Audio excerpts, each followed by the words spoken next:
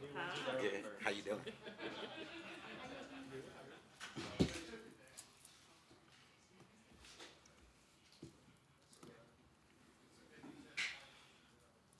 Tap pressure. I already did it, but I guess it went out.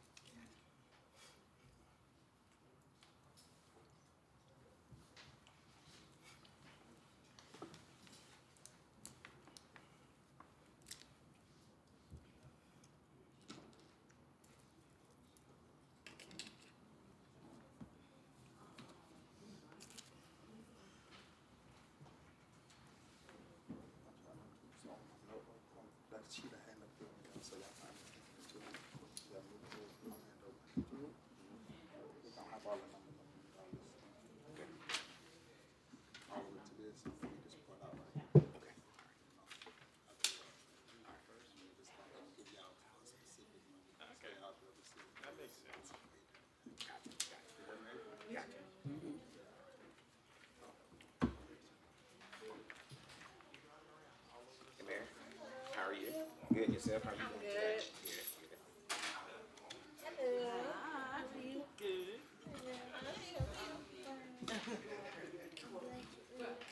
His oldest daughter's in college.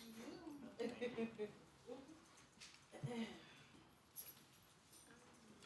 first year of college.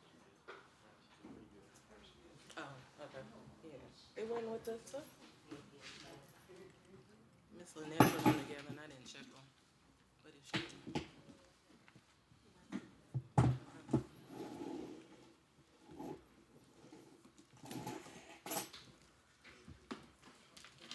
How are you?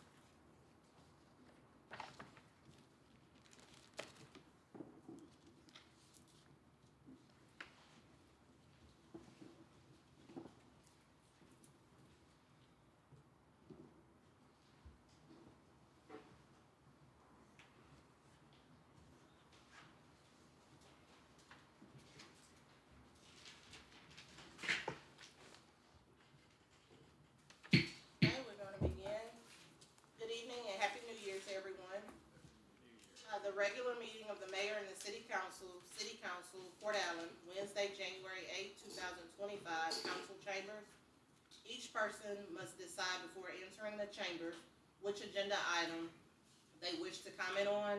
If they are not seated in the chambers when the agenda item is heard, they will be notified by an officer to enter the council chambers to address the agenda item. Agenda, please silence all electronic devices. Call to order. Please stand for the Pledge of Allegiance.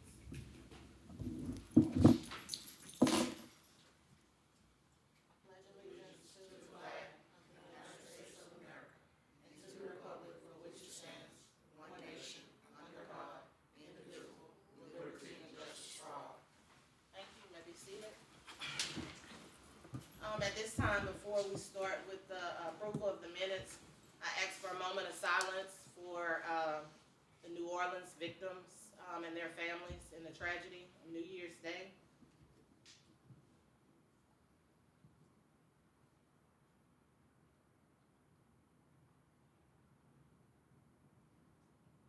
Thank you. Can I get a roll call? Mrs. Joseph? Present. Ms. Gordon? Here. Hubble? Here. King? Here. Payne? Here.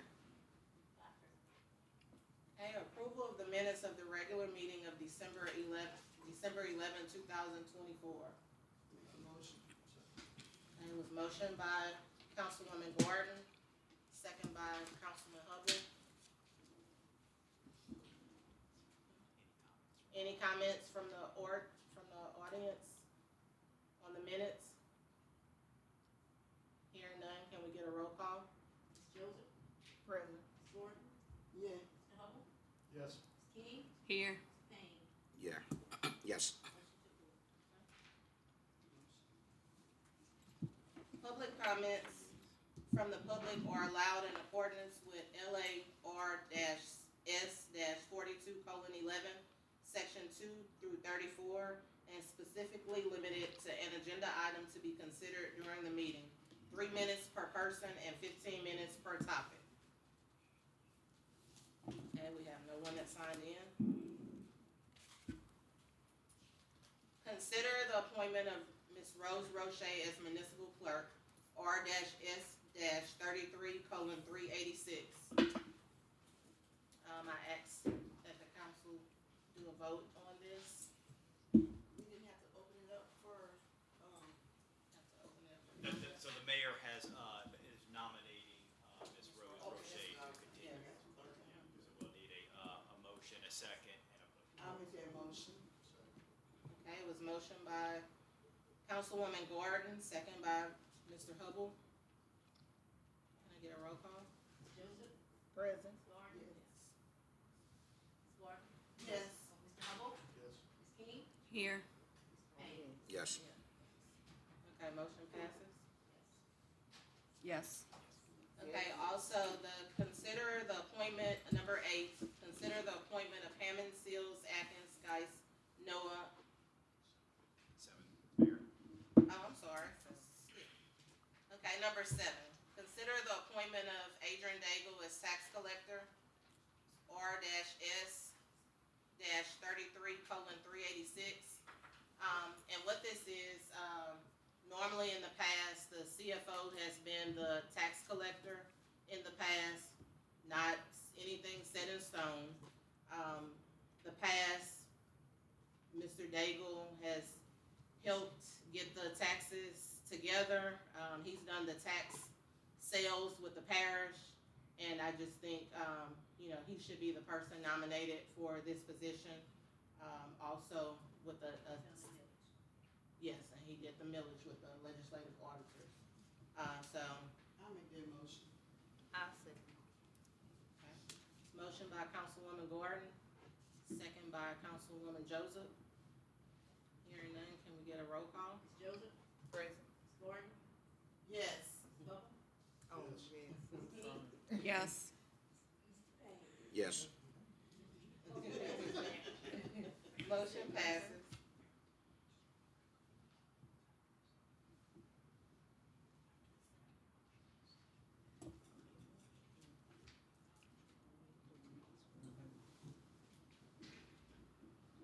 Okay, number 8. Consider the appointment of Hammond, Seals, Atkins, Geis, Noah, and Perkins LLP as the municipal attorneys. R-S-33:386. That's what we have now. Yes. Yes.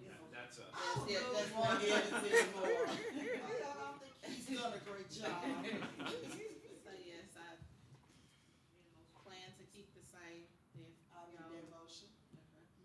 I'll second it. So motion by Councilwoman Gordon, second by Councilwoman Joseph. Anyone from the audience wish to say anything? Okay, can I get a roll call? Ms. Joseph, Yes. Ms. Gordon, Yes. Ms. Hubble, Ms. King, Yes. Ms. Payne, Yes. motion passes. Okay, thank you. Number 9, it's the election of the mayor pro temp, R-S-33:405. Mr. Alvarez? Yes, council, the mayor pro tem, the job of the mayor pro tem essentially runs the meetings in the absence of the mayor. So this is a position that the council is required to vote on. It does come with an additional, salary on top of the salary that all council members receive. What we've done in the past, whenever there's a new council, is we do a nomination process, and how we've requested that the council do it in the past was essentially any council member can nominate one of their fellow council members to be mayor pro tem. That nomination doesn't require a second.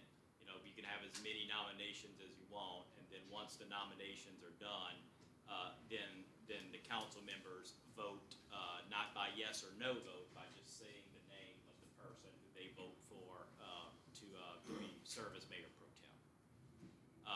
We would ask that prior to doing this, that you vote to approve that procedure. If that procedure is not used, then it would come down just to somebody would have to make a motion and then a second on the motion, and then if somebody wanted to nominate somebody else, then it would have to be a alternate motion, and then you need a second on the alternate motion, and then vote on that motion before you go back to the original motion. And if you have multiple secondary motions, this could get pretty confusing pretty quickly. So that's why we favor the first process, which is just a simple nomination process. Once that nomination process is done, the council members just vote by name for the council member that they want to serve as mayor pro tem.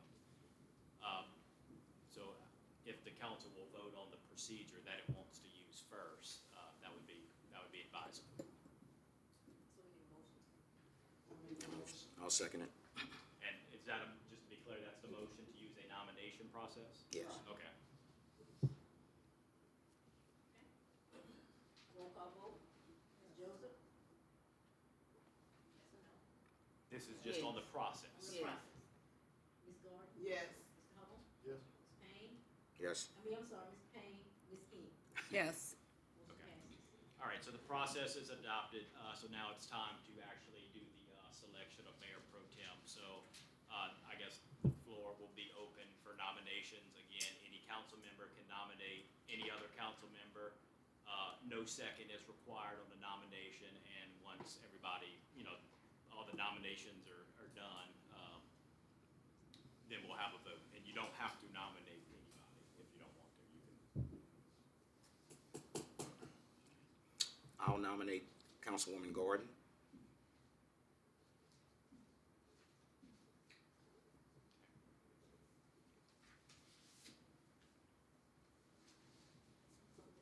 Any other nominations?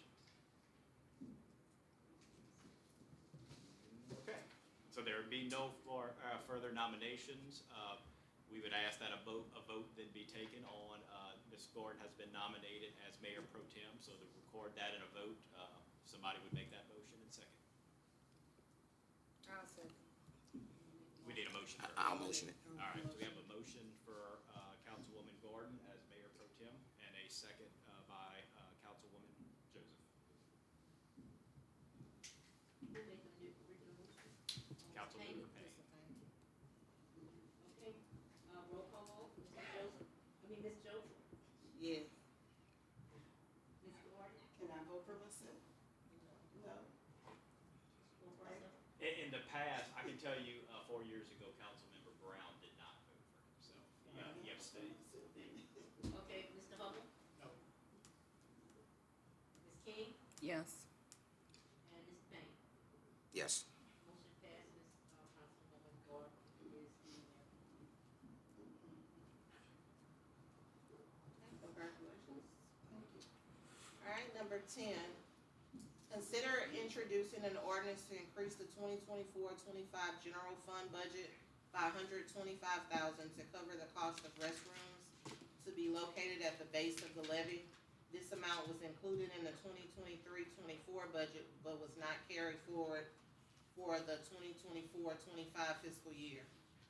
So I think what this is, was brought in the December meeting and it was voted down. I think the assumption was still that the bathrooms were behind this lady's house right here, off of Atchafalaya.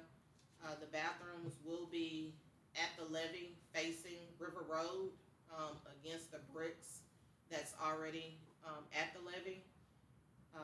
So I'm just asking, for this to be approved. I know the mayor brought this up. Like I said, in December, it was voted down, but I'm not sure if it was clear on the understanding of where it was actually moved to.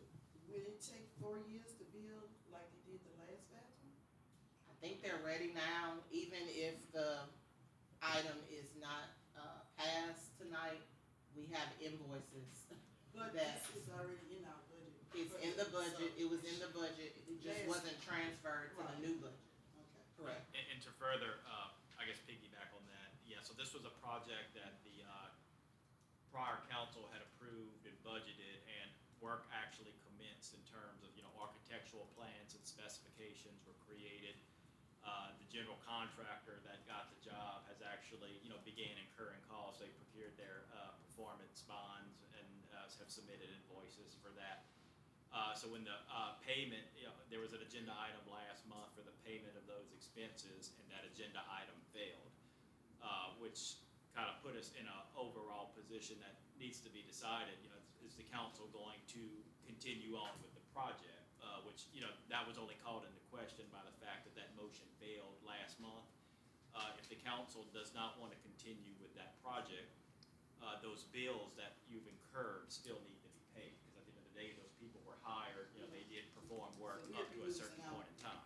We'll be losing out if we don't do it for it. Well, you would avoid the future expenses, but you still gotta pay for the services that were performed up to date.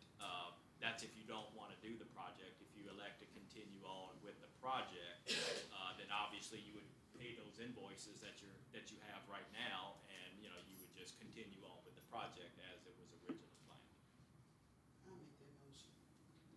And that's a motion To move the 125? Yes. and to continue on with the project? Okay. I'll second it. Motion. So it was, motion by Councilwoman Gordon, second by Councilman Payne. Anyone from the audience have comments? Okay, hearing none, can I get a roll call? Mrs. Joseph? Present. Yes. Mrs. Gordon? Yes. Mr. Hubble? Mrs. King? Yes. Ms. Payne? Yes. Okay, motion passed, thank you. Mr. Erico?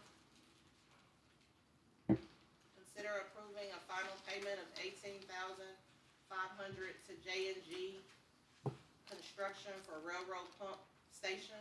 Mr. Erico? Thank you, Mayor, Council. Congratulations. Essentially,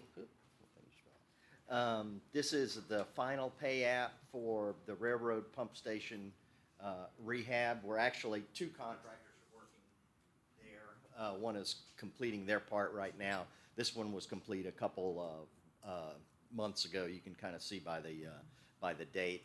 If you look to the attached page, they provided the clear lien certificate. So that means essentially no one filed any liens against the project in the courthouse. So we recommend that this payment be made to J&G Construction in the amount of $18,500. Has have a question. I Yes. remember the mayor saying, former mayor, about the walkthrough. Was the walkthrough completed and the? Yes, and there's some confusion on, because there's two contractors working in the same place. One of the things we're waiting on to be complete is actually the other contractor's responsibility. We did do a walkthrough, I did a walkthrough on the parts that this particular contractor did.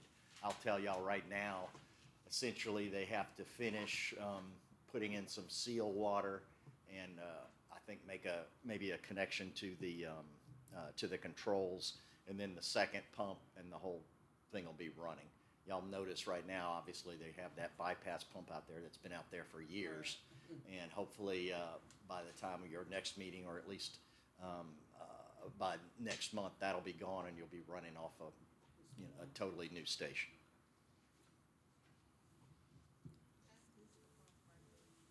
At the, Fourth Street,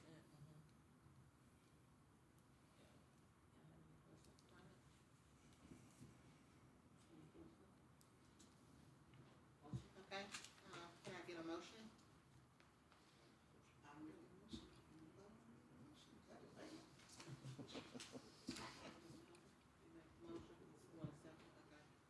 Motion by Councilman Hubble, second by Councilwoman Gordon. Anyone from the audience wish to be heard? Okay, can I get a roll call? Mrs. Joseph? Yes. Ms. Gordon? Yes. Mr. Hubble? King? Yes. Ms. Payne? Yes. Motion passes. All right, item 12, consider approving pay application request number 1 for M-Track LLC in the amount of $28,733.76 for road rehabilitation program phase 13. Mr. Ericott? Yes, Mayor and Council, this is, obviously your 13th phase of the road program. The contractor is, we actually have two pay applications. This particular road program covers portions of Michigan, Oregon, and Avenue A. This was, obviously, the contract amount is $334,444. This was his first pay application, the amount of $28,733.76, and we recommend payment of it. Okay.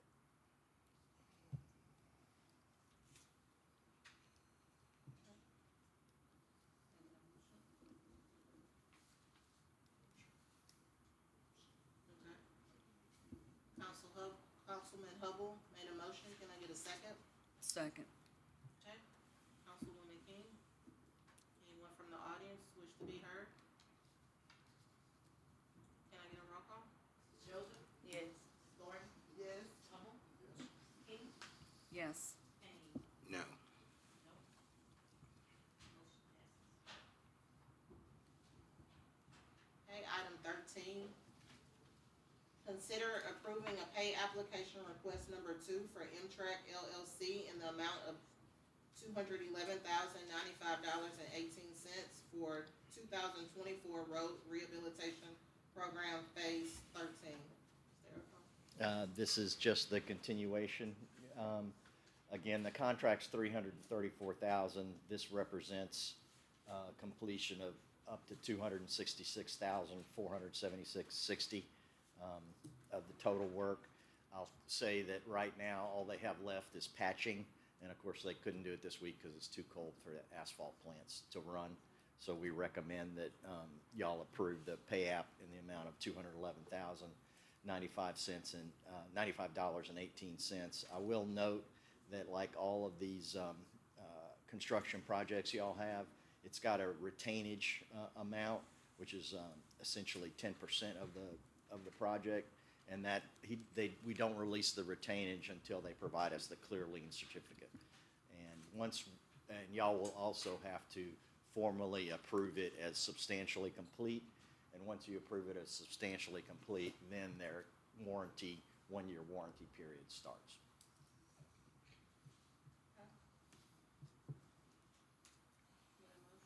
Well, can I ask a question? Yes. Maybe while Mr. Payne may have some questions, I have questions. Sure. In some of the roads, we might have some dips in it. Mhm. Y'all go back and come and overlay? Because we have puddles of water that we have never had that's just settling in the road. I will say that obviously, we haven't punched the job out, it's not complete. Okay. So if there wasn't something, if a problem was created by the construction, then certainly they'll have to fix it.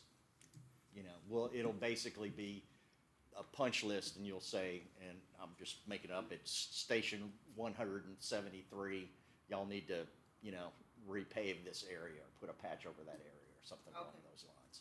And again, when we bring y'all substantial completion, it'll be with preliminary punch list, and certainly if there's additional things you want to add to it or want to discuss prior to the meeting, we can always do that, because the last thing we want to do is complete a job without y'all being happy. Okay. I know I was told that, it was brought to the attention that some of the roads had dips in them. So, do you have those noted, or is it something I need to get to to make sure those get done? I know some, You know, some they- of them were in Westside Village. That, Correct. I'm not in the field, so I don't personally know. We should have them noted, but I will say that obviously we'll take care of it if it was, you know, if it's created by the contractor. One thing I'll say is y'all's projects are not complete reconstruction. So if there are dips in the road already there, basically all you're doing is peeling off the existing asphalt and putting back the exact same amount. So whatever the slope was or whatever, it's gonna be that again. Now, if there wasn't a puddle there before, Right. and then all of a sudden you have a puddle, that's a totally different animal, obviously. And I did bring that to Mary Lee's attention, Right. in front of Miles. There was not a dip there, and now water just lays there. So- And that's, I would appreciate, you know, y'all certainly, hopefully everybody has my contact information. If not, I can make sure y'all get We it. don't, because we're in there, some of us in there, yes. Please, call me, text me, email me, and I can certainly, you know, obviously take the information, or I can meet you out there, whatever y'all want. This is y'all's money, and we want you to be happy. And if something, nobody knows your road's better than you if you drive on it every day. If there wasn't a hole there, then we need to make sure it gets fixed. Okay, so the motion, will be, contingent on the satisfactory, completion of the roads. Yeah, I guess, Mayor, this is not the final pay request, and I guess what you may want to do, basically, your next pay request is going to be somewhere on the order of about 80,000. That may be the one you want to make contingent on. I mean, it's y'all's call, but this work has been done. Now, whether or not you're going to ultimately accept it, that's a whole different thing, you know? I'm just saying. And obviously, if something happens after in the warranty period, then they have to fix it as well. Okay, and how long is the warranty period? 1 year.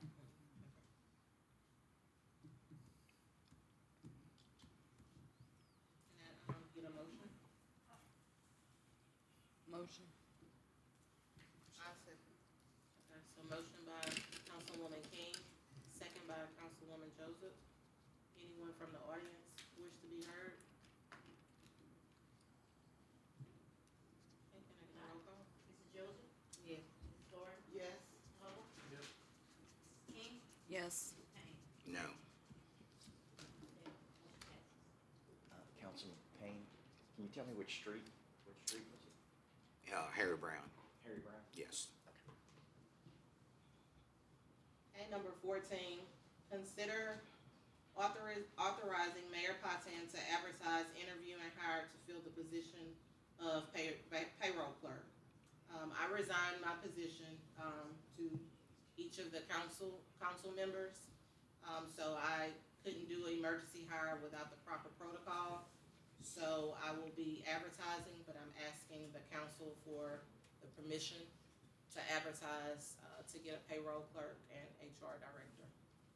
And council, this would normally be something that Mayor Potan would have brought to the personnel committee first before it reaches the regular council meeting.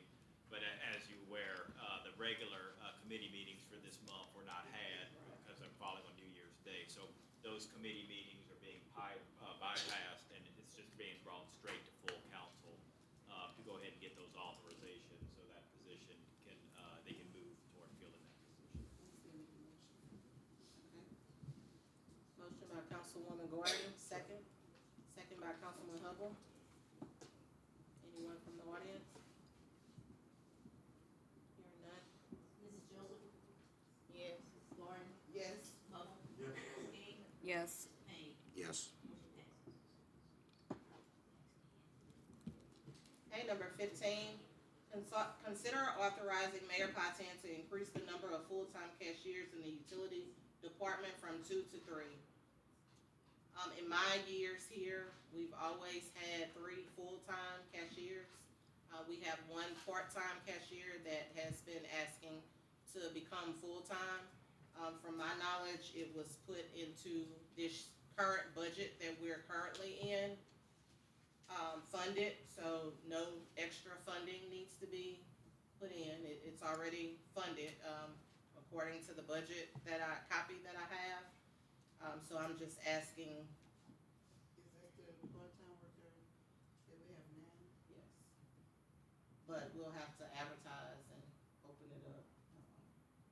To the public. And can I get a motion?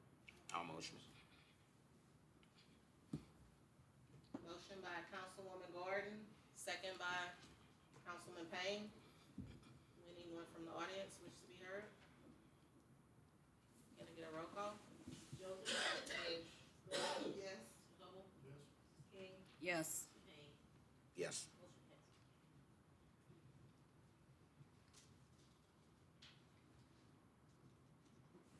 Okay. 16 and 17. Well, 15 and 16. Okay. Okay, 17, consider authorizing Chief Mitchell to hire and fill 2 positions for police officers in the Port Allen Police Department. Chief Mitchell? You want me to do, that first, or you want me to do the, Yeah, you can do that first. all right, yeah. All right, well, I got Latrice with me. I'm pretty sure a lot of y'all already know who she is. She, used to work with Port Allen before. Unfortunately, we lost her. She had supervisor experience, and I'd like to bring her in. She can immediately come and assist our police department and our community.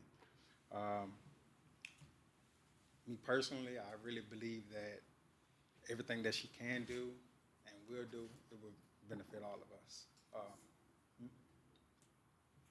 how many officers do you need to hire? Oh, as of right now, I need 7. I got 2. I got Latrice here today, and I have Rhonda Cunningham. Unfortunately, he wasn't able to make it here, but I've spoken with both of them, and that's due to already having to advertise. Everything was already preset. We had the advertisement already put in motion. I was able to go and interview them, talk to them, and I'm looking for to bring them on.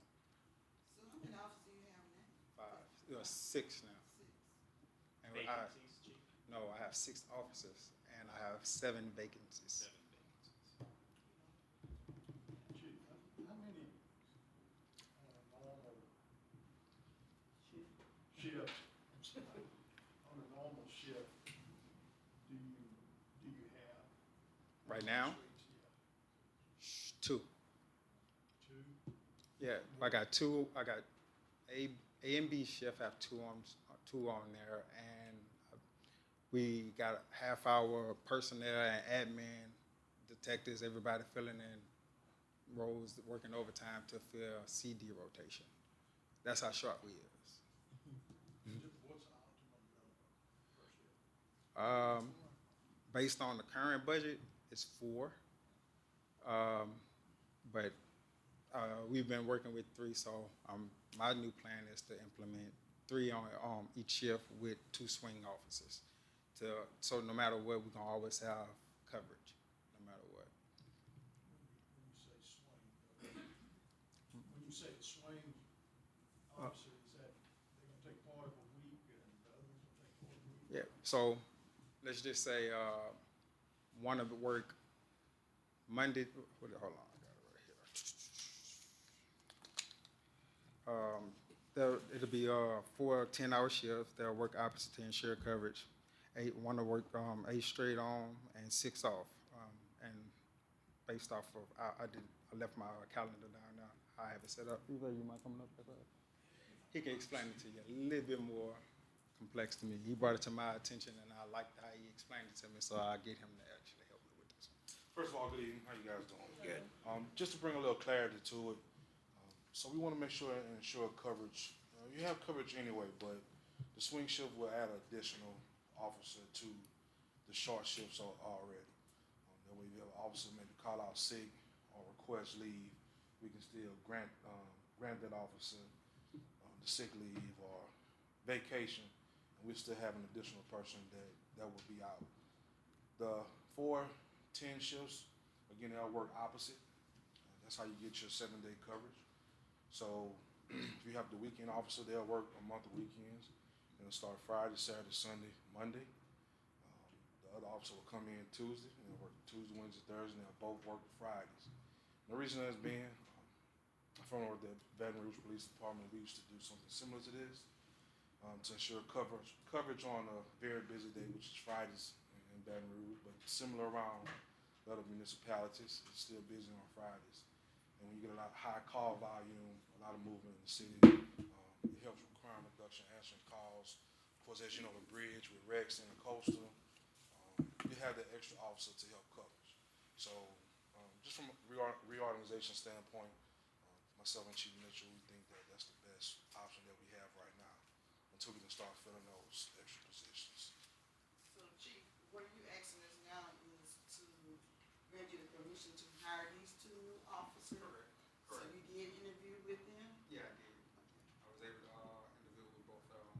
However, like I explained before, only one of them was able to make it. And council, this agenda item is authorization to advertise, interview, and hire to fill 2 of your vacant police officer positions. It's my understanding that the prior council had actually authorized, the hiring, the advertisement and interview of these positions. So really what you're here for tonight is to actually do the hiring to fill at least 2 of those vacant positions. So the chief has identified the 2 individuals that he wants to fill those positions. Similar to the last agenda item, normally that's something that would have gone to the personnel committee last week, but again, we didn't have that meeting. So that's why, again, it's just coming straight to the council members. So the chief does have one of those individuals here tonight. Unfortunately, the other one wasn't able to be here. If chief, you want to bring him up? So when will Cunningham be able to start working? He got a couple things he got to iron out with the current administration. He still do his official 2 weeks, so probably the beginning of February. You been wait that long? Yeah, I mean, we've been getting it this time. It was a couple more days, The 2 that you're hiring, are they gonna be considered the swing officer? No, No, just regular? yeah. So it's number 3. Yeah. Now, let me know that they used to work in the city of Allen before. So, Good evening. Good evening. All right, my name is Latrice, Latrice Darden. I have nearly 7 years of law enforcement experience. Immediately after graduating college, getting a degree in criminal justice, 5 months later, I started working with Port Allen. I worked for Port Allen for 3 years, left and went to Merriman, worked for Merriman for 3 years, and now I am ready to return home. are you gonna stay with us? I am. I think, In Latrice's defense, she left because she I had know. childcare yeah, issues at and the I time. did not want to And they leave at weren't all. working with her. That's We good. tried to keep her here, when she did her exit interview with me. So I can vouch, she really didn't want to leave, but she didn't have a choice at the time. Children come first, so. Correct. Just- If y'all okay with it, I'll like, y'all. Make a motion for it. Is that a motion and Y'all vote make a motion for it. for both hires? And I'll second it. Congratulations. Motion by Thank you. Councilwoman Gordon, second by Councilman Humble. Anyone from the audience have any comments? None? Okay, Mrs. Joseph, Yes. Mrs. Gordon, Yes. Mrs. Bubble, Yes. Mrs. King, Yes. Mr. James, Yes. motion passes. Thank you. Welcome, Georgia. And then you want to do- You wanna do it under announcements, or we won't have, because we didn't amend it.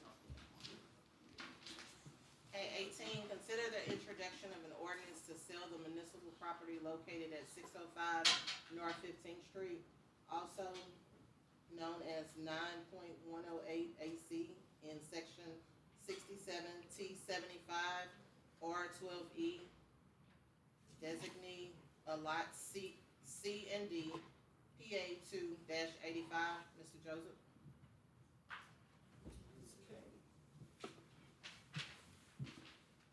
Good evening. It is my understanding that all of you members of the council, We can't hear you. it's my understanding that all of you members of the council have been in contact with Mr. David Strange of a development company that is interested in acquiring this city property located at 605 North 15th Street. It's roughly 9 acres that we refer to as the Garden of Eden.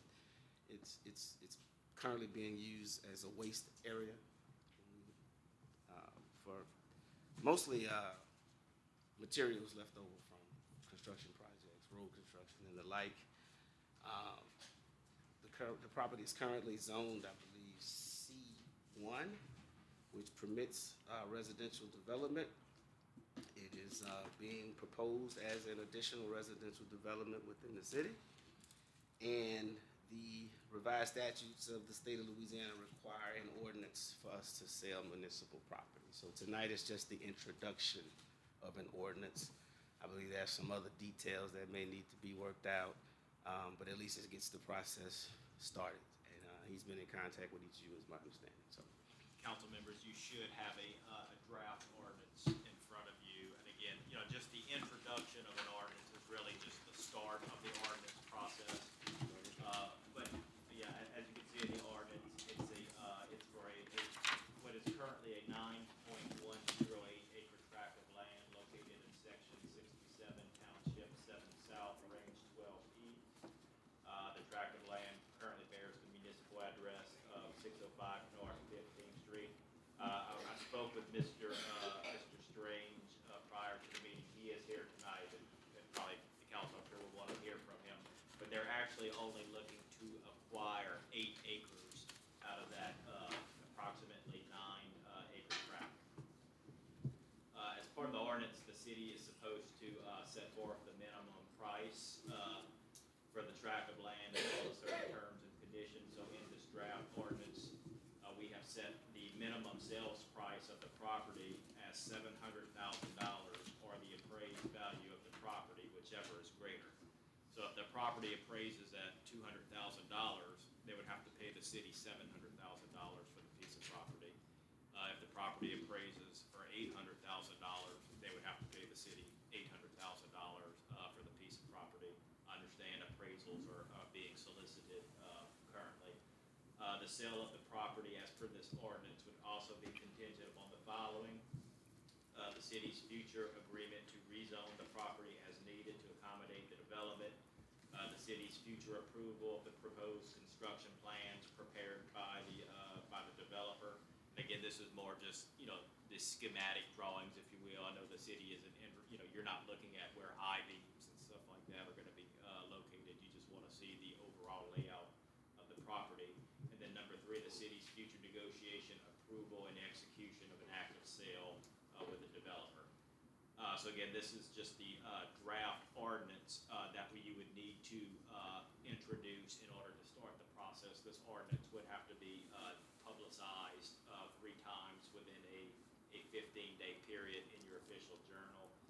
should you vote to introduce it, and I believe Mr. Strange is here to speak to the council about this property.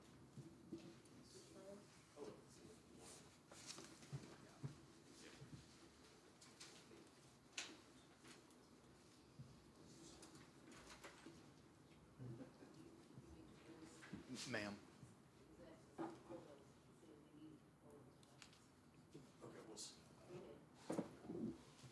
I'm David Strange, here to discuss our proposed development of the acreage that the city has. In discussions with the previous mayor and the current mayor, I understood that the city wanted to retain about an acre to an acre and a quarter of the frontage of the property to continue to use that for purposes of a lay-down yard or storage of extra materials. So when we ultimately get a survey done, it'll just be of the 8-acre portion, and we will provide a gated access and a fence for the municipal retained portion of that property. In speaking with y'all, our proposal is to build 44 housing units on that property under the Community Development Block Grant Program. I brought some last time when we spoke, I was ill-prepared with some photographs, so I did bring several photographs of a couple of properties that we have finished here in the last couple of years. We've done 50 of these over the last 20 years. We do a lot of disaster recovery and things of that nature, affordable housing projects. The funding mechanism on this particular housing development is part of a disaster grant the state of Louisiana got of about $1.2 billion for recovery efforts under hurricanes Ida, Laura, and Delta. And one of the things that one of the restrictions on the funds is that any housing development be built as flood-proof, disaster-proof, and hurricane resilient. So like the doors are steel framed, the windows are all impact resistant, there's tie-down hardware. All the houses come with already built-in backup generator powers and all that kind of stuff, so that to the extent possible, that they can weather the impact of storms and things of that nature. The total development cost is $15 million, and that includes the $700,000 that we would pay for the land. It would put a fairly significant valuation on the city's property tax rolls. It would generate some sales tax revenue for the city. We buy all of the materials here locally and things like that. And the construction company that builds these projects for us, they do not self-perform on their contracts, so they retain local subcontractors and local material. That they're a paper contractor, if you will, and so there'll be lots of job opportunities. Once the development is completed, since we retain control over it, there will be full-time employment positions for a community manager and community supervisor, maintenance personnel, things of that nature, to make sure that the houses and lawns and all that kind of stuff are maintained by us. You got those things up. I can show you just a couple. Okay, give you a sec. Yeah, I'll keep talking. One of the things that the state considered in making these grants to the different municipalities and parishes around the state were under a housing need commission that was done as part of the allocation of these disaster funds, and West Baton Rouge Parish had, depends on the phraseology, a low but yet high score, meaning that that by putting these number of housing units on the ground in West Baton Rouge Parish, it would satisfy less than 1% of the demand in the parish for affordable housing of this nature. And so there was tremendous demand into the market study, which is one of the large things the state took into consideration when they were handing out these federal grants. There you go. So that's the side of the property right there on North 15th Street. And then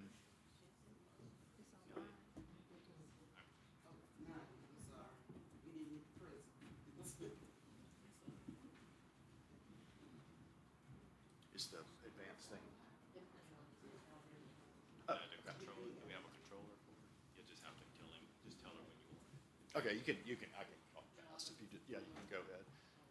That's just a, excuse me, no problem.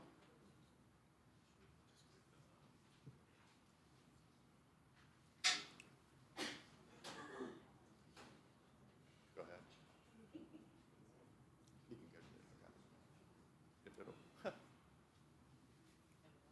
okay. That's just a rough draft of a site plan that just shows on the upper right-hand corner, the acre that's being left out, and the gray shaded areas are areas that are being undeveloped and left for the potential of retention, detention as needed for stormwater management. It'll be all underground utilities and all curb and guttered, and so, but there is plenty of excess green space for that kind of stuff.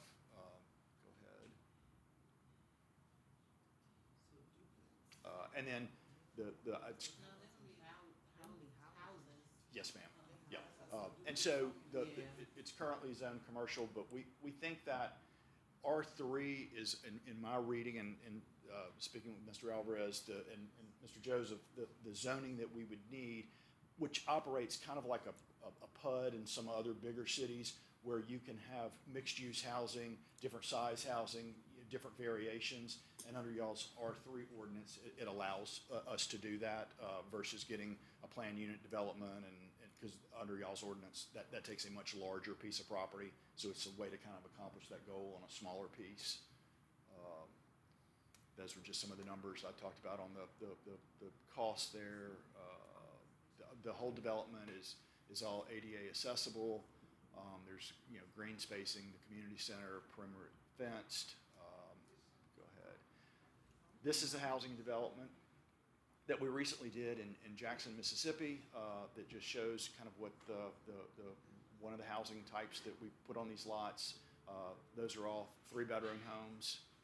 Go ahead. This is one that we finished 2 years ago in Bogalusa, Louisiana, and this has a mix of 1, 2s, and 3s, which is kind of like what we're proposing here, but standalone structures. That's also the development there in Bogalusa we finished 2 years ago, and that's one that we just finished in Natchitoches, Louisiana. It actually just got finished at the end of last year. That is in Tupelo, Mississippi. That was finished about 3 years ago. That's a townhouse development, and these are just, we don't try to reinvent the wheel, so our interiors, we kind of do the same. We had a decorator and consulting firms come in on the front end, so we tend to do a lot of the same things, so that's kind of typically what our interiors look like on all of these units. Okay. I think that's... And what's your price per? Ma'am? What's your price per? So we maintain ownership of these units and we lease them. And so because we get that federal grant to pay for these, there are three, it would be, if you take 15 million and divide it by 44, you're gonna get 340,000 a house. And so we would never be able to rent a 1-bedroom house for enough money for that to make sense. And so we set the rents at $1,200 for a 1-bedroom, $14 for a 2, and $16 for a 3. And we just own and maintain that. And because it's a grant, we don't have a lot of debt service or expense other than the upkeep of the property, which allows us to. And so y'all maintain the property? We do. So you say you will be leasing it out? Yes, ma'am. And what is a yearly lease, It's a year lease. Yes, ma'am. So do you renew your lease? Yes, you certainly have the option to renew the lease.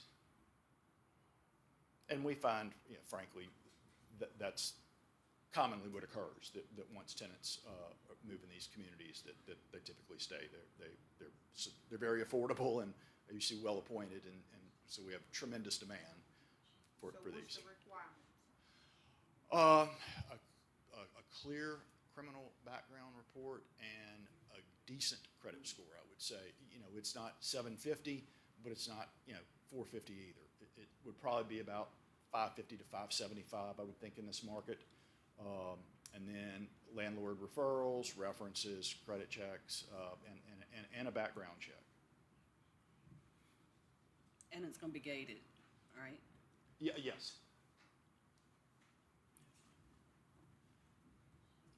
So will these houses be eligible for Section A? No, sir. No. No, sir. And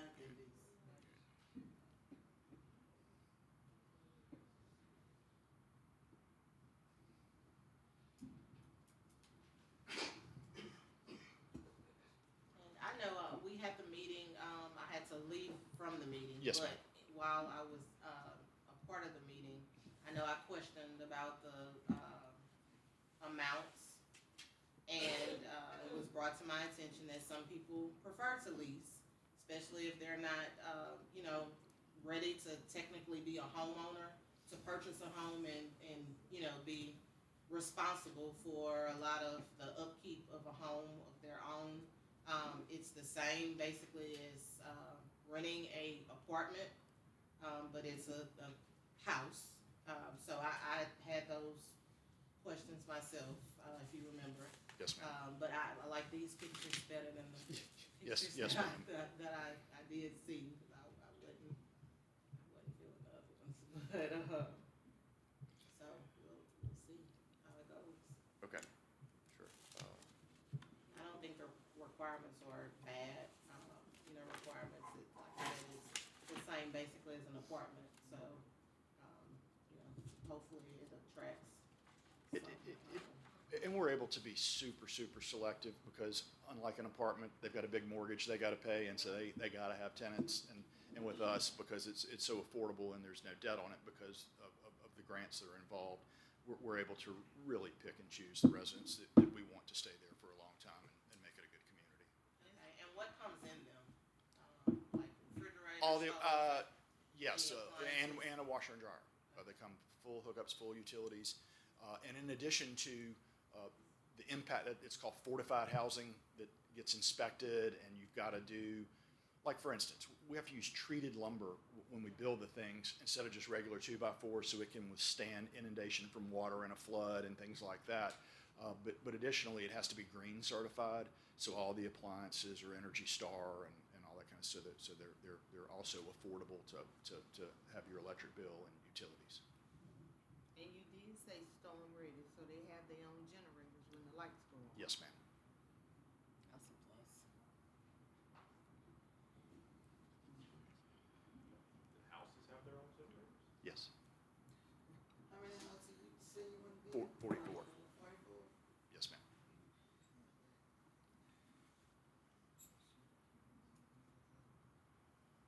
Okay, and then they're introducing some. Yes, so council members, if you're interested in proceeding with this, we would need the council to move forward with the introduction of an ordinance. Again, introducing an ordinance is just the start of the process. It doesn't mean it's a done deal. After you introduce an ordinance, there's some particular requirements when a municipality is selling land. Again, it's gonna have to be advertised 3 times within a 15-day period in your official journal. Just like any other ordinance, you'll have to have a public hearing before the council votes whether to finally adopt the ordinance or not at a subsequent meeting. So, again, this is just to at least move forward conceptually with this, to start the advertising and all of that. There would then have to be a public hearing at a later date, and the council would then have to meet and vote again in terms of whether to adopt the ordinance. As we've drafted this ordinance, even if the ordinance is adopted, obviously there's still some other things that the council are gonna have to do in agreement with the property owner for this to ever come to fruition, such as the, kind of conceptual approval of the plans, agreeing to rezone the property, and negotiating the actual act of sale. Thank you. If anybody has any additional questions, I'm available. So, yeah, we would need a motion and a second to move forward. Second. Motion by Councilwoman Joseph, second by Councilman Payne. Anyone from the audience? Yes, ma'am. Can you come up and state your name? Can you come up and state your name, please?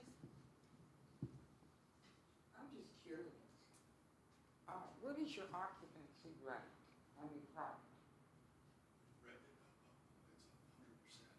100%? Oh, I don't believe that.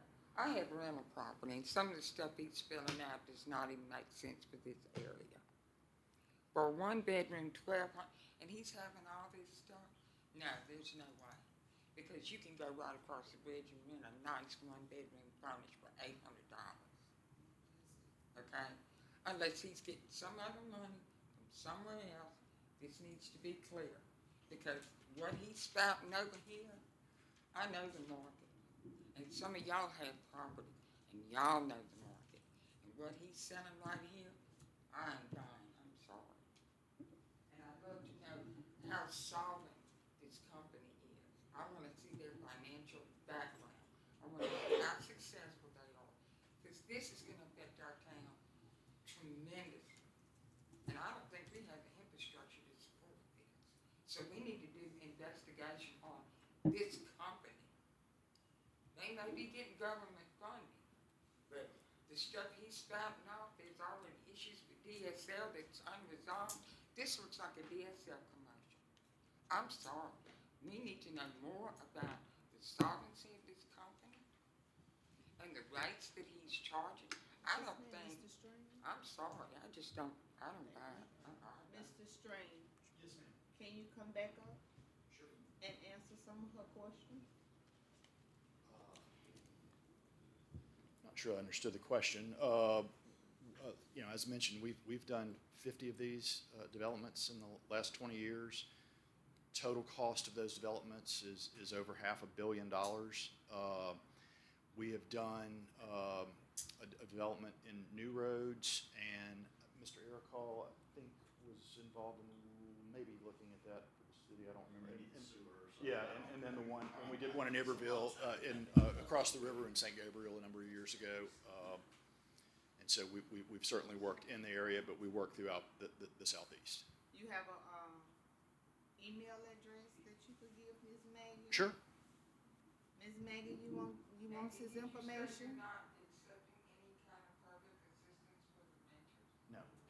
I don't know how, it just doesn't make sense. It's because of the grant. We don't have the debt that a normal person would have. So you're charging $1,250 for a 1-bedroom that they can get Baton Rouge for $800? This house in Baton Rouge would be $2,500. I gave you different. Yes, ma'am. I'm from Baton Rouge. Thank you, Mr. Strange. Yes, ma'am. Thank you. So my question is Can you come to the come podium? up? Can you come to the podium? It's set in stone, 1,200. Same. 14 is.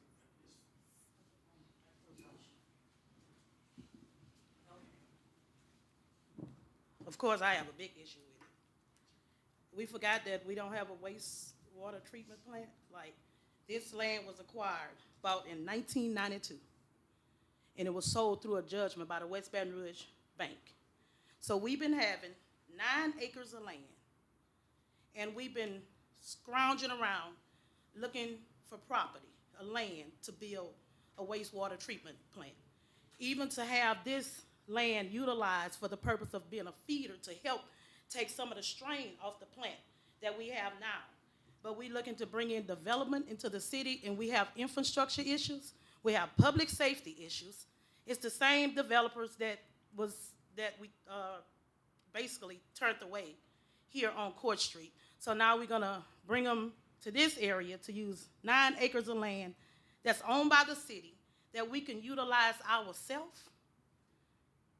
I mean, I'm not really understanding. I asked that question, when the mayor took me around, to show me the different wells and the different property that's associated in the city, and I asked that question. Why can't we use this property for our wastewater treatment plant? Because that would make sense. He said because of the storing of equipment that, I think the maintenance department has been using, and things from past that may be buried under some of the land, that was probably not the best property for us to use for a wastewater treatment plant. So that's just I asked that question because it made sense. But I mean, You it's, know, that's what I that's some of was- the things that he gonna have to look at when he get to developing, some of the We're things getting that's it buried under the appraised. land and all of that, but I'm saying, before we look at selling property that we own, we have we've had property that was sold before, years ago.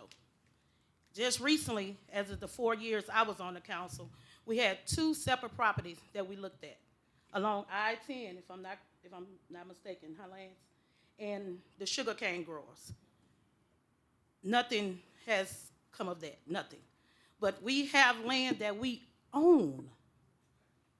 And we won't consider having the waste treatment facility there or some type of, like I said, a feeder, because would it not tunnel straight to the facility that we have now, and wouldn't it be ideal? No, I think part of it too. I think is Mr. the Tony way- probably is the could way- answer is the probably way the more to it pipes than are anybody. running. But it's still in a residential. To address your concern, when this proposal came about, I contacted an appraiser to have the property appraised, because that's part of the process. And in reviewing the property to determine whether she was gonna undertake the engagement, she said she's going to appraise it from a residential use perspective, because that is the most efficient use based on what's around it. That property is bordered by apartments already, it's bordered by a nursing home, it's bordered by single-family residential. It is not an ideal location for a wastewater treatment facility.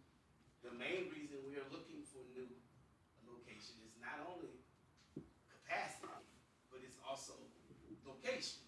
Okay? Okay. It's bordered by residential properties as well. So we are looking for a piece of property to put it in a more suitable location, so it does not border upon residential development, past, present, or future. That's why we're looking down in the cane field. But we've been unsuccessful with that, correct? Well, it's a process, Ms. Lacy, and as you know, just like we have to introduce an ordinance to sell this property, we have ways to acquire property, but you have to go through the fair market first. And the main obstacle in utilizing the fair market process is the appraisal process, because the landowner has to agree to give access to the property for that appraisal. We have not been able to obtain that. So we are looking at different other ways to obtain an appraisal, but they take more time. Understand. And you know, if you wanna know, it's gonna probably have to be a aerial, drone-based appraisal, because they don't own the air, Okay. but they own the land. So you have to identify specific people to do that, and it takes longer. And once we get that, because we have to make an offer before we can expropriate it.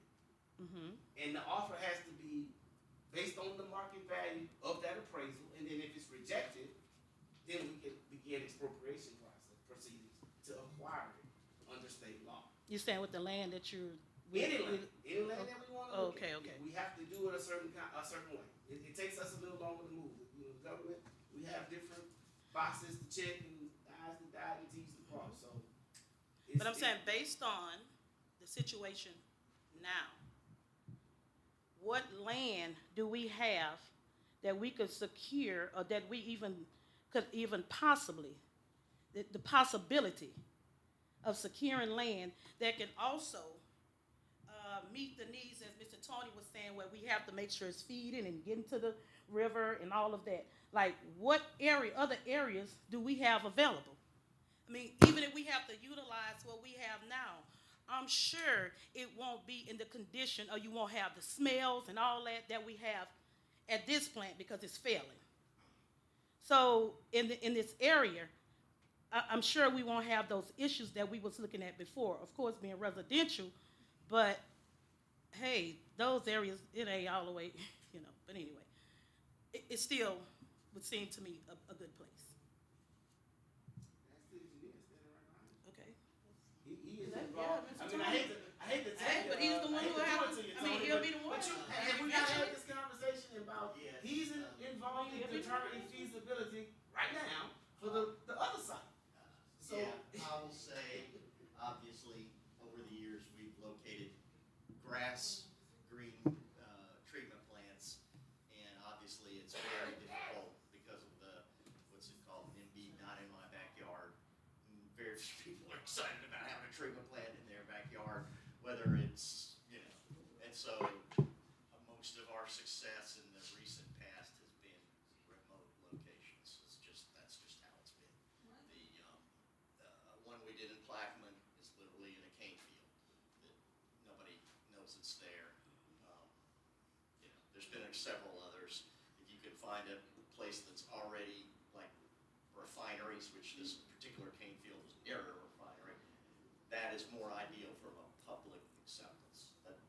That's all. I mean, at the end of the day, it's not an engineering decision, it's more. For city to city. you understand? But I'm just saying, just the challenges in that land, like, like even if we trying to go into this long, drawn out process with eminent domain and all that, these sugarcane growers is not getting up off their land like that. I'm just saying they're not getting up off of it like that. You're gonna go into a long legal negotiation with this, but that is a place that is considered. That is an issue that arose 30 years ago, or more. So I'm not gonna try to address it, because I had nothing to do with it. All I can do is play the hand I'm dealt right now. And the hand we're dealt is saying that this property is better suited for residential use. Okay. Let's move on to, I'm sorry. let's move on to, the next topic. Okay. I said let's Yeah, move no on to problem. the next topic. And that's it. I mean, that's You it. gonna bring in your own sewer treatment? You gonna bring that in? Cause I promise you, we can't manage the demand for this development. The new subdivision that we are currently Westview, they have their own sewer Oh, treatment I know, plant. I'm asking him So, to bring his. Okay, No, he's Westview not. is 650 planned houses. This is 44.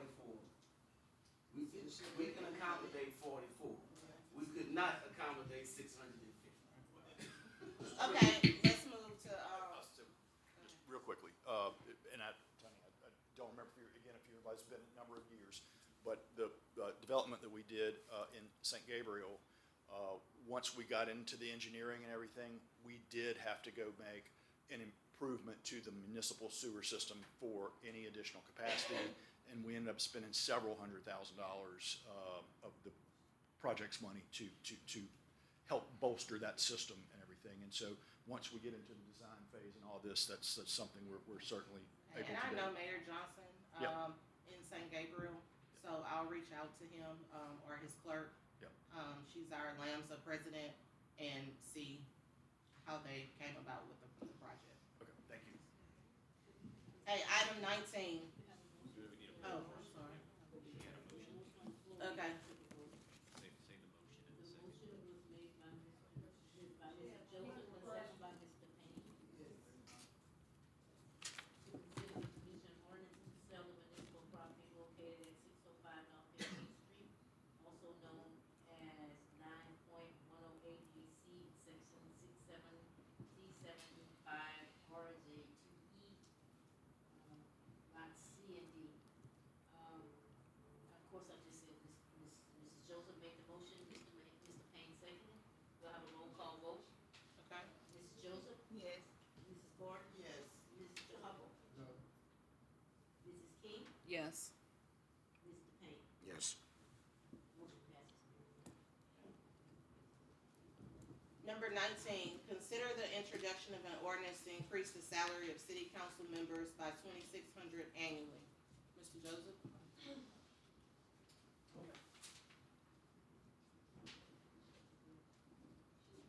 I was asked to put this on the agenda.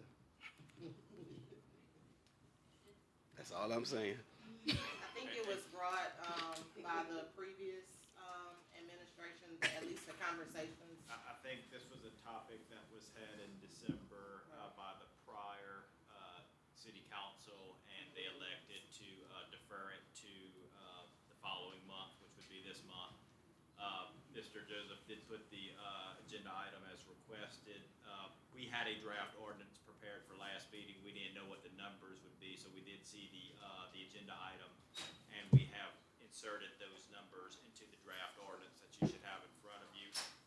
So again, this draft ordinance does, there's really two substantive sections on it, section 1, section 2.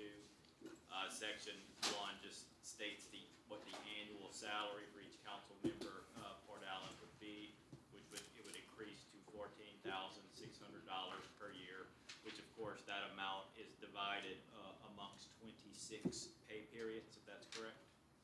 Yeah, so 26 pay periods, which is what city employees, their pay is divided over, so 14,600 per year divided amongst 26 pay periods. The council member serving as mayor pro tem shall receive an additional payment of $900.16 per year. Again, that's not changing. That's what it currently is right now. So that is not a new change. We're just putting that in the ordinance for clarity. Section 2 of the ordinance is what makes changes to Section 2-1 of Article 2 of Chapter 2 of your Port Allen Code of Ordinances. That's that big thick binder that sometimes you see me carry. That has all your essentially your code of ordinances in there. In that section, it has the salaries of all the other, kind of the departments, I would call it statutorily required positions. The city has never had the salary of the council members in that ordinance. For whatever reason, it was done via a separate ordinance. So for purposes of clarity, we are also proposing that if the council is going to do that, you go ahead and amend Section 2-1 of your Code of Ordinances as well to put in that same that salary requirement in there as well. So it's up there in the same location as the mayor, the chief of police, the court judge of Ward 3, constable, and municipal clerk. So again, the numbers are the same in both sections of the ordinance, but we feel it's probably best just to have them in one tidy location in your Code of Ordinances. So, in case somebody have a question, like the 1,500, it's just only that it's be a $200 increase, correct? So the increase is $2,600 annually. So what you would do is you would take that $2,600 annual increase, and of course you would again divide that by 26 pay periods, and whatever that number is, that's how much each payment would be every time. But it's $2,600 over the course of the year. So again, that brings the annual salary to $14,600, and that's how we styled the ordinance based on an annual salary, because that's how the other salaries are dressed and styled in your ordinances as well. That would increase it $100 per pay period. Yeah, $100 per work.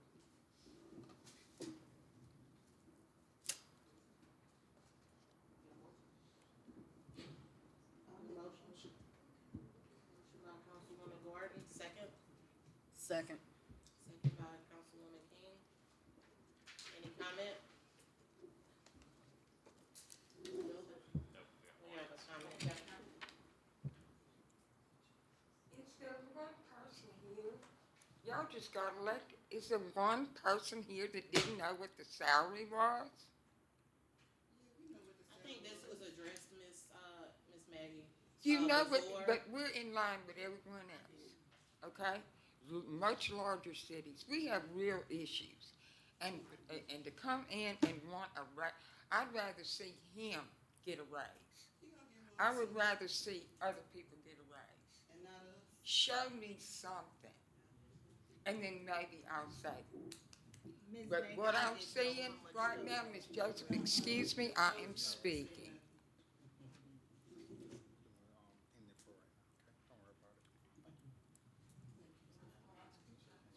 Okay, can we get a roll call? Ms. Joseph, Ms. Gordon, Yes. You know, I'm talking, I'm man, this is bull. Mrs. Preface, my, And I'm the same. Excuse me. let me preface my vote by, we have ongoing issues with sewer. While I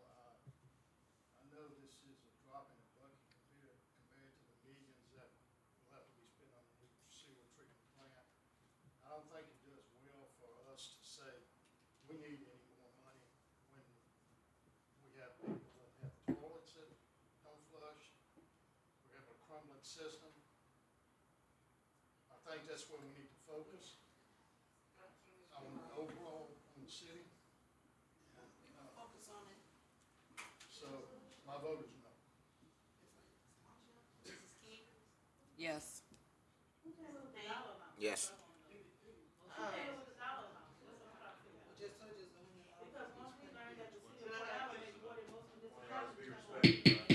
Yeah, the motion is gone, we're on to the next item. Okay, we're on to the next item. So, well, I gave him a chance to speak, and this was brought up last year in December, and I didn't, excuse me, and I didn't hear anyone come and comment or say anything, about the item. Because it was continued to this year, that's why. But it was discussed then, and you had a chance to voice your opinion about it. Because it was continued to this year. What We was just the had public purpose? We just had public comment. Yeah, we just had public comment. Okay, item 20, presentation of the monthly financial report. Ms. Katrina Davis.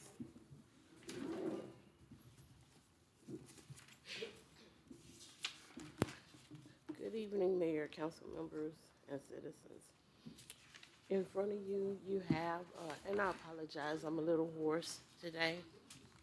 In front of you, you have Can't hear you. a spreadsheet that looks like this.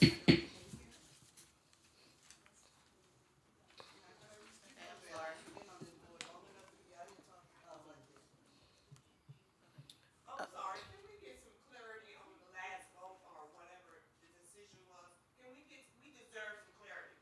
We can't just move on. The vote was four, yes, 4-1. no. Seriously, so y'all just got yourselves away? Yes, ma'am. Yes, ma'am. That was the Ms. Davis. Yeah, Okay. Just to be clear, that's the introduction of an ordinance. That's not the final vote on it. Just like any other ordinance, this now has to be advertised and it goes to a public hearing. The final vote will be at another meeting. So no, that it's not final tonight. This was just to It said ordinance, introduce the yes. ordinance. Yeah. Right. Thank you. Ms. Davis. Okay. Again, I apologize. I'm a little hoarse today. I'm not feeling well. But you will find a spreadsheet in front of you that looks like this. And my job is to present a financial report. The way I do this is if you look at the spreadsheet, it's broken down into divisions within the city. And if you look out, well, let me just go column by column so you can understand. The first column is the amount that was budgeted for the year under each category. The second column is what has been spent year to date, and this would be as of 12/31. The next column would be the balance that's remaining in the balance. The percent YTD is the amount that has been spent as of today, or year to date. Then you have something that says remaining underneath. It tells you what percentage of that budget is remaining for the remainder of the year. And the total, which should always total 100%. So if you look down, you will see animal control is at 50%, and we are halfway through the year now. So everything should be roughly around 50%, give or take a couple of percentages. Halfway through the Fiscal year.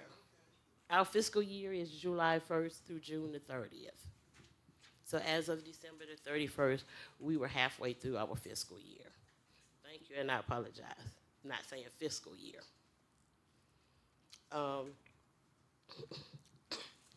Our protective services,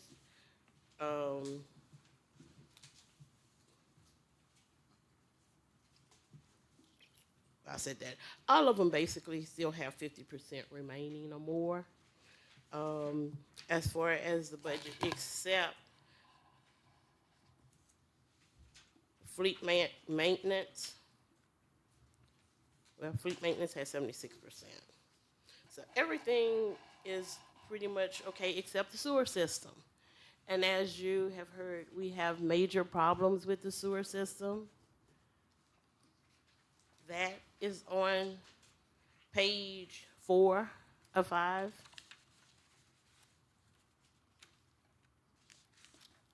So we're gonna have to find some money to pay for some of this stuff that's going on with the sewer system. You have any questions?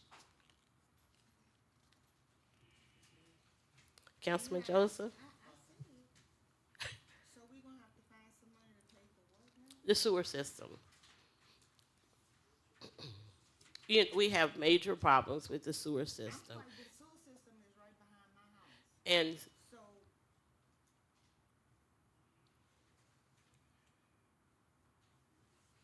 basically, we have spent all of the budget that has been allowed it this year. repairing the sewer system. Correct.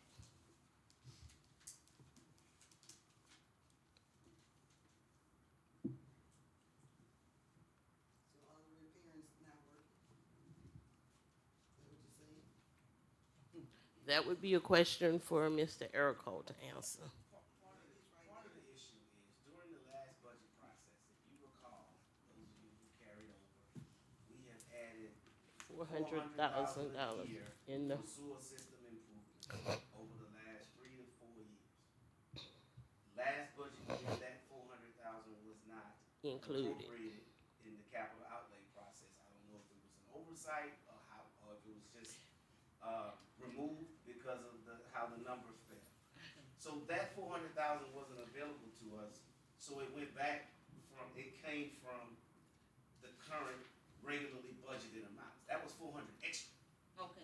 Okay, so we've been doing that for the last 3 years, but last year it wasn't put into the budget. Okay. So It- we don't have it. It was in the proposed budget. But it wasn't appropriate, it wasn't passed. Okay, so I don't have access to it. Okay. And so we're pretty much where we Would are be on a regular basis. We don't have excessive expenditures. We have less budgeted funds. I got you. Because of what happened during the budget process before that started July 1. I got you.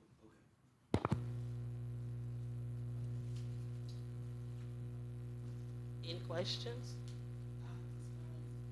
With this budget thing, can we get this here to us before the meeting? Can we get like 2, 3 days before the meeting? So we really can look at the budget and see the financing, what we have questions to ask. Yes, ma'am. Everybody has a city email address. Yeah, everybody has one. You may not know it, but it will be given to you, and I will start emailing those on, you want them on Fridays or Mondays? Monday is fine. I will email them the Monday before.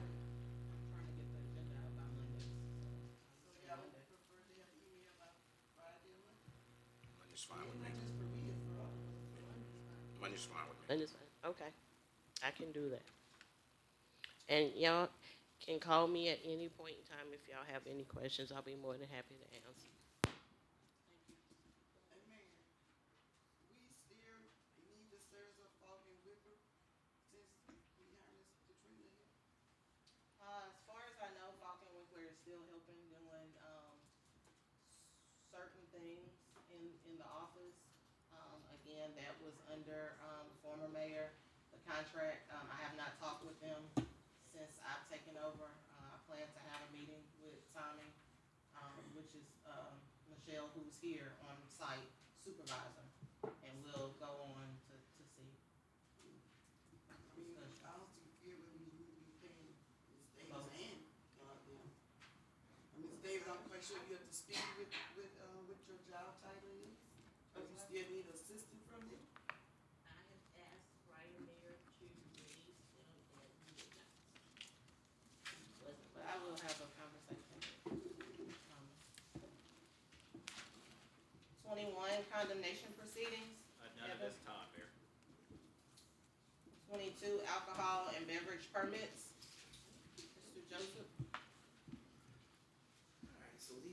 the remaining permits that were not submitted prior to the December meeting. Bros Food Mart, 930 North Alexander Avenue, Class B liquor. Paul Ladeka, doing business as Kuyon's Cajun Barbecue, Class A liquor. Phoebe One Incorporated Island Food Mart, 141 North 15th Street, Class A liquor. Port Island Seafood, 719 Alexander, Port Island Class B liquor. I think that might be an error. Sasco LLC Chevron Food Mart, Class B liquor. Marlin Landry, Pick a Pack, 306 South Alexander Avenue, Port Island, Class A beer. Kamal Saleh, doing business as K&M, 705 North Alexander Avenue, Port Island.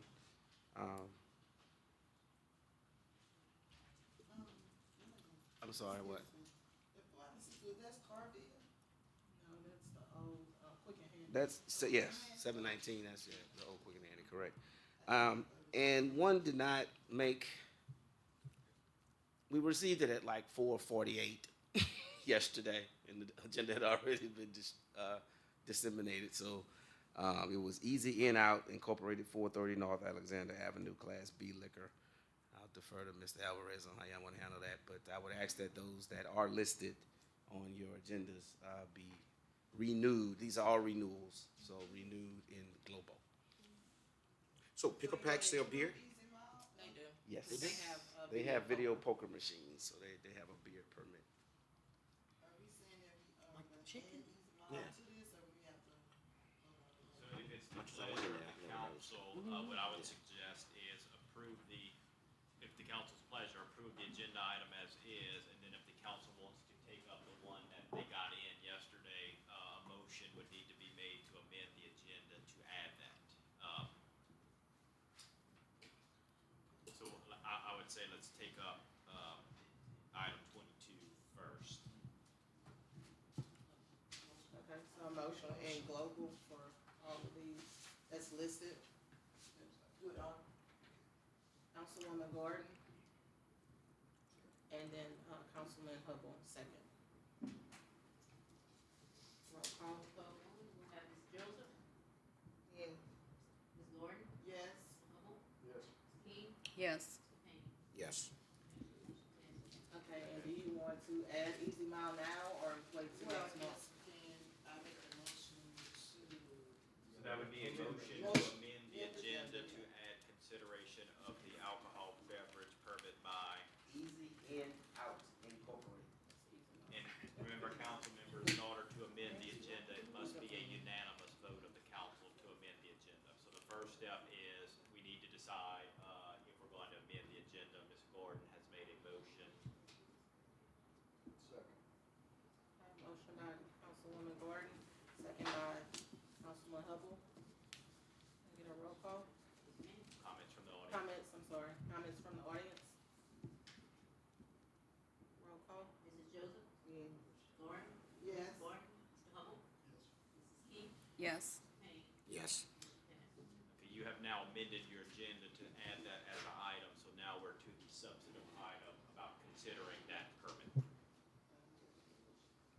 So we need a motion to add Easy Mile A motion to to approve approve the alcohol permits. Okay. Okay, so motion by Councilman Hubble, second by Councilwoman Gordon. Any comments from the public? Roll call? Ms. Joseph, Ms. Gordon, Yes. Mr. Hubble, Ms. King, Yes. Payne. Yes.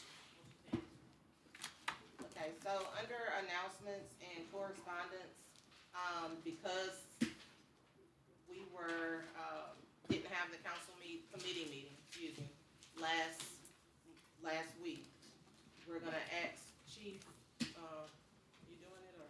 Yes, ma'am. Okay, he's gonna present the, report that would have been done at committee meeting tonight. Good evening again, guys.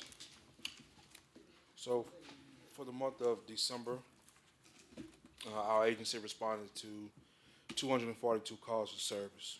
And broken down further, we had 29 alarms, 11 assists with the fire department, 3 harassment, 3 suspicious persons, one miscellaneous, 2 improper telephone communications, 2 custody matters, 14 disturbances, 2 attempted vehicle burglaries, 3 assaults, 5 deaths.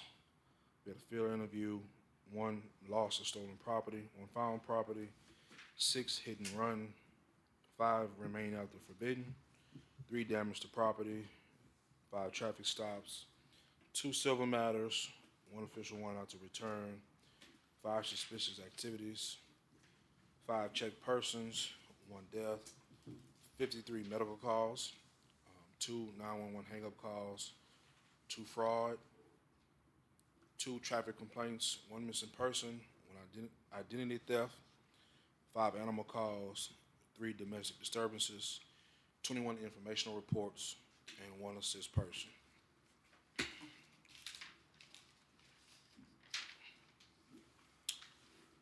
In total, our agency arrested 18 people. 2 were from the disturbances, 1 hit and run, 1 obscenity, 2 resisting officer, 1 threatening a public official, 2 simple battery, 1 improper telephone communications, 3 from domestic disturbances, 1 criminal mischief, 1 burglary, 1 criminal trespass, 1 violation of protective order, 2 cruelty to juvenile, 4 fugitive warrant arrests, 1 city ordinance for owner responsibilities of animals, and 1 disturbing the peace by fighting. Also, our agency investigated 37 crashes. 3 of those were private property, and our officers issued 26 traffic citations.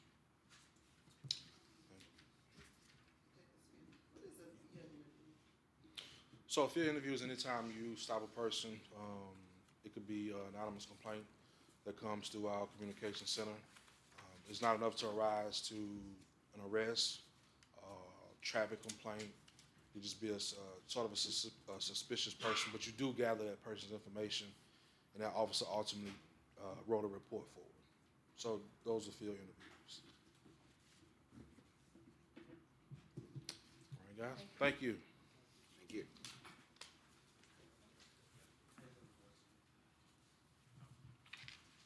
Yeah, Mayor, if I may, on behalf of Casey Hollins and myself, we just would like to thank the mayor and the council for the vote of confidence, allowing us to continue on with you. We've thoroughly enjoyed our work with the city, and we do look forward to doing that relationship. Just wanted to thank you for that. You have something, Mr. Douglas?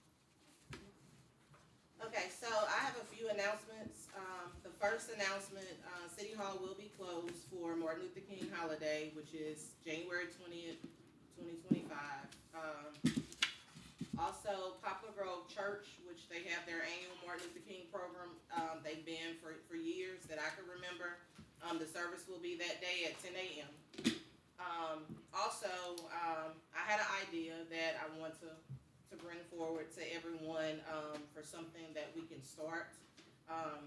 I was a debutante before, and something we did during Black History Month was get on the radio and pick a person that we were, trying to model or that had great, strides in the world, basically, because it was Martin Luther King and other people.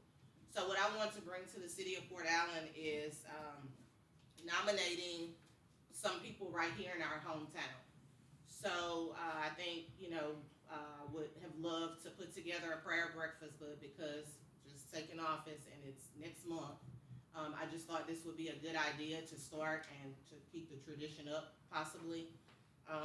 Just anyone that you want to nominate, they can be sent to myself, mayor@portallen.org, or tpatan, because I still use my same email as well, tpatan@portallen.org, or to Miss Rose or Roche at portallen.org.